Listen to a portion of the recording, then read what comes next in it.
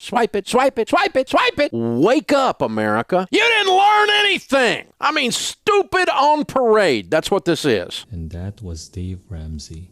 You might have seen this video on YouTube where his outburst does make for good entertainment. For those of you who don't know who Dave Ramsey is, this is his info page on his Dave Ramsey website.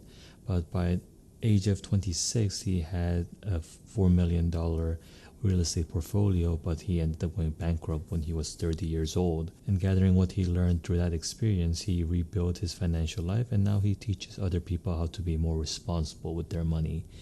He created Financial Peace University, which is a program that helps people dump their debt, control their money, and learn new behaviors to make sure they don't go back into debt. And if you listen to his videos on YouTube, or if you hear him on the radio, you know that Dave Ramsey hates many things that has to do with debt and things like that. But the biggest thing that he hates seems to be credit cards. Because according to him, the credit card is the cigarette of the financial world. There's no upside to using it, only downsides. I mean, it makes sense. People who listen to him, or people who go through this program and who calls him on his radio, they have a money issue. That's why people who go through his program, one of the biggest thing that is constantly brought up is credit card is not good. Thanks to his guidance, more than 5 million people are able to get out of debt and take control of their lives, and they're able to shout, "We're debt free!" The reason why a lot of people struggle with debt or go into debt is because they end up buying way too many things too often. That's soon replaced with other things. That's the hot trend, in order to impress people who are, themselves also just racking up the debt balance. As a result, Dave Ramsey, he needs a big bad thing to point the finger to that causes all these people to go into debt. And credit card is a nice, easy target. Dave Ramsey himself, he only uses debit card, and basically says that credit card has no good use and that is 100% pure evil. Well, hopefully he doesn't meet me, because I have 7 different credit cards, and so I'm basically dancing with the devil. But like me, not everyone has a debt problem, so his hatred and his credit card, while it is very catchy, it doesn't apply to everyone. First, what you need to do is to figure out if having a credit card is going to be a benefit for you, or if it's going to be a temptation.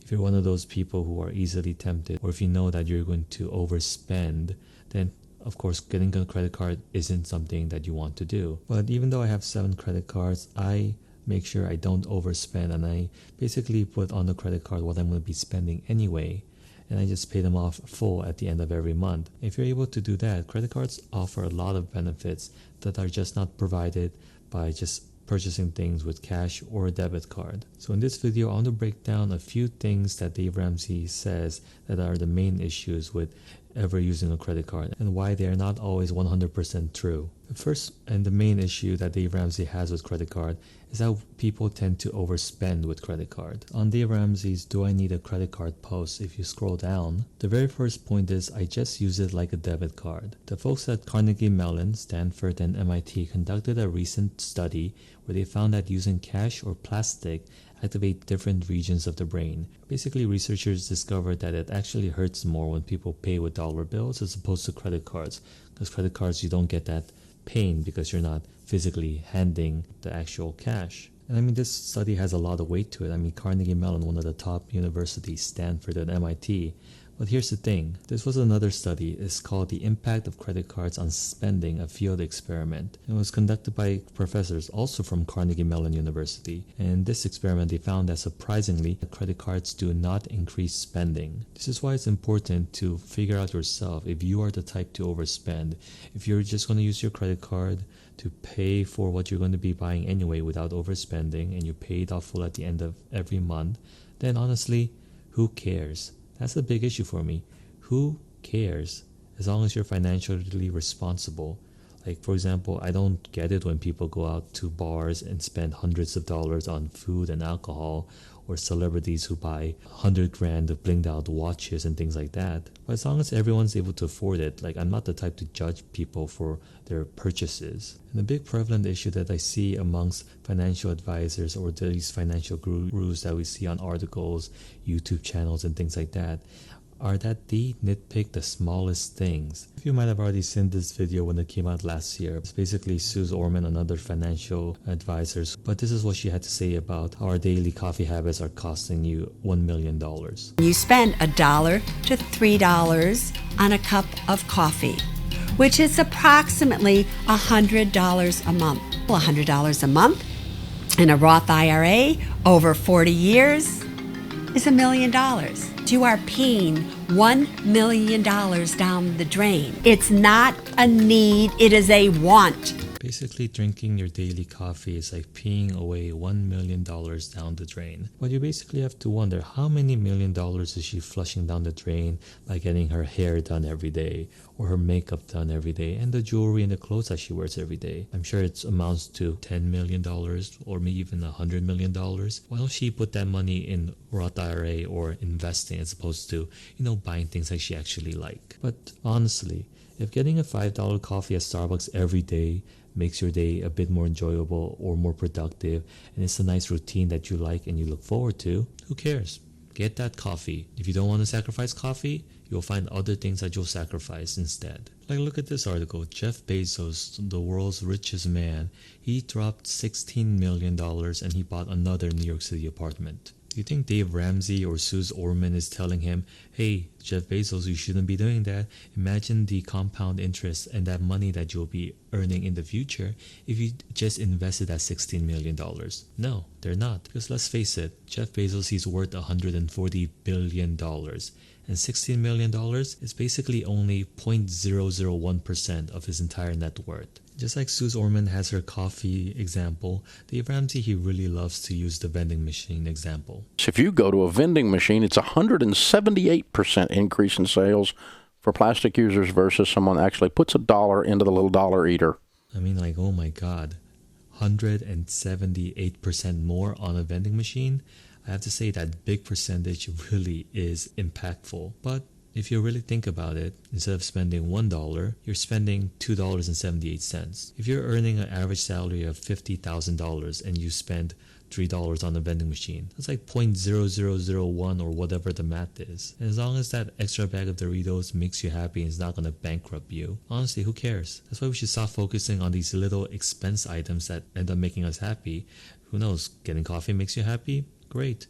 Getting that chips or that soda from the vending machine every day makes you happy? Great. Instead of focusing on the dollar amount, choose to focus on the percentage. And if you choose to say, yeah, I can't give up coffee, then give up on other things so you can still invest and grow your wealth that way. Sorry for going off topic, but I just wanted to remind everyone to take every advice with a grain of salt. Even mine. Alright, back to credit cards. Just like life isn't completely black and white and has thousands of shades of gray in between, credit cards aren't 100% evil or 100% good. This is one story that Dave Ramsey loves to tell, just to show how dangerous credit cards are. My great-grandmother died when she was 90, and she drank bourbon and smoked cigarettes every day. Does that make it okay for me to sit here and say cigarettes are okay?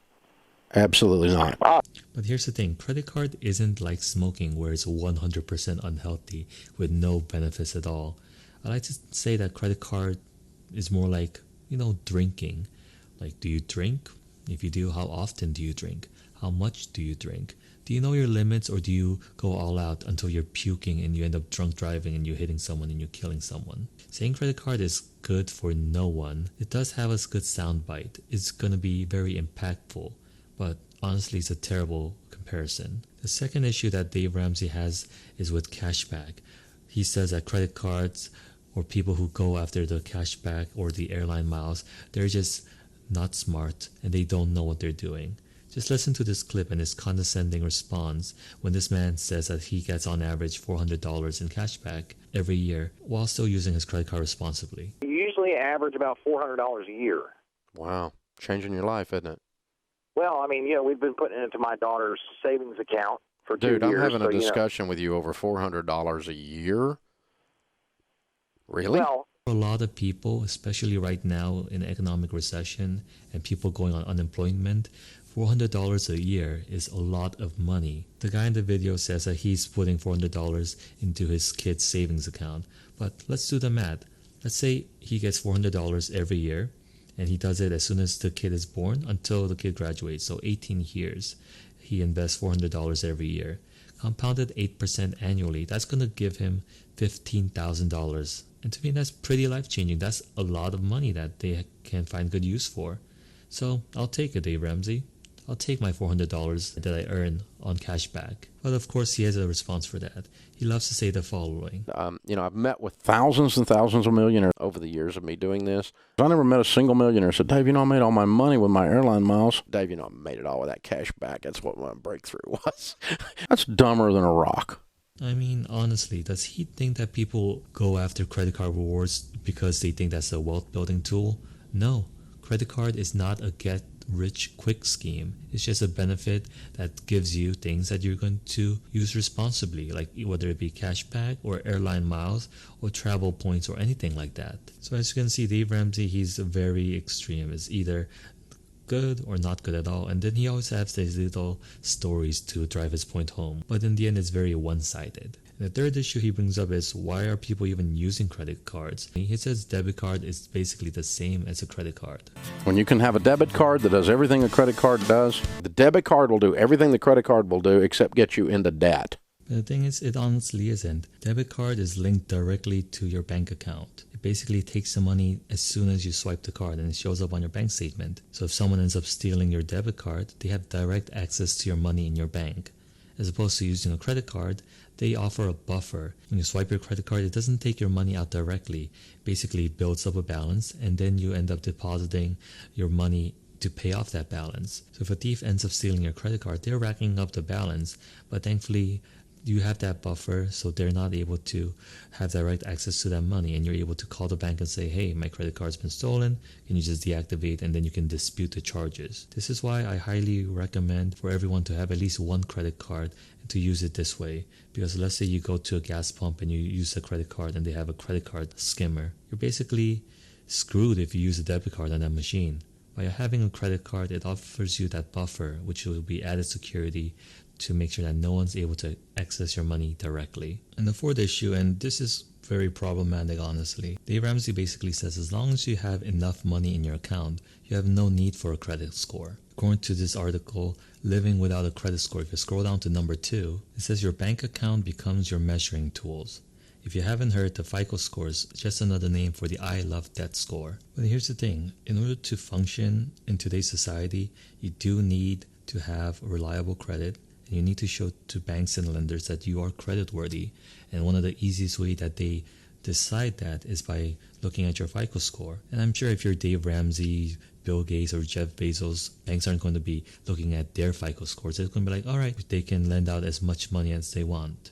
But we're not them. For his core audience, people who are struggling with debt, who probably have very low FICO scores to begin with, telling them that credit score doesn't matter is very dangerous, because say if you want to get a student loan, a mortgage, car loans, or anything like that, how high your FICO score is going to determine the amount of interest that you're going to pay in the long run. So if in this article they're saying you can live without a credit score, but on the same website they tell you how to improve your credit score, doesn't it seem weird that on the same website they say you can live without it, but then at the same time you do need to improve it? Because if you scroll down, it basically breaks down how a credit score is calculated. 35% is payment history. Also, the second point, 30% is your amount owed, or your credit utilization score. Basically, if you have a credit of, let's say, $5,000 and you use $10,000, you're basically using 20% of your available credit. So just with those two factors, your payment history or your amount owed, that's already 65% right there.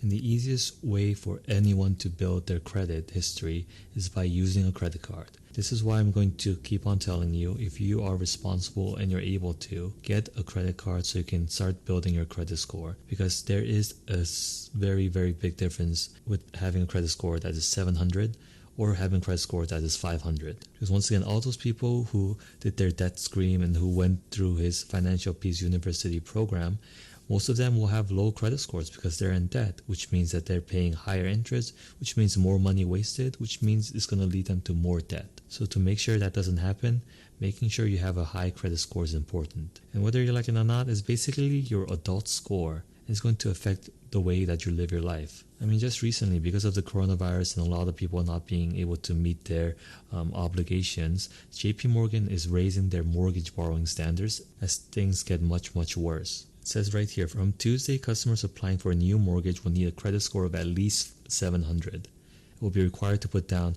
a down payment equal to 20% of the home's value. So even JP Morgan, the largest lender in the United States, basically requiring, if you want to buy a home, if you want to get a mortgage, you need a credit score of 700. And once again, the easiest way to do that is to get a credit card.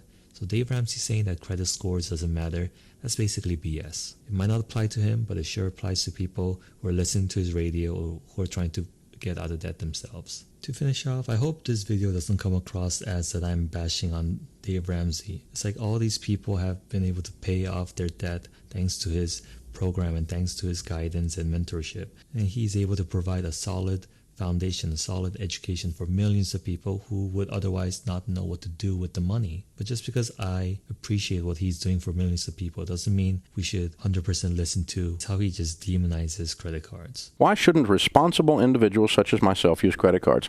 Because you're not. You're delusional. I mean, it's easy to see why. He does it because his main audience, his core audience who are struggling, they need to hear that. They basically need black and white. If he went out and says, oh, credit card is good, but only if you use it responsibly, a lot of people might not be able to handle that. So for people going through this program, they need to hear him say, credit card is bad. Never use it. It's no good at all. Because otherwise, they have the option to get a credit card and get out of control again. So once again, if you're struggling with credit card debt, listen to what he has to say. Don't get a credit card. But if you know yourself and you know that you're able to use a credit card responsibly, get a credit card. Get 7 like I did, or get 10, 20. Doesn't matter. Alright, that's it for this video. If you have any questions, comments, or criticism on what I've said about Dave Ramsey and his credit card stance, definitely let me know. And if you haven't started your investing journey, make sure you use my referral links down below to start investing with M1 Finance, Robinhood, or Webull. As always, thank you for listening. I'll be back with more shenanigans.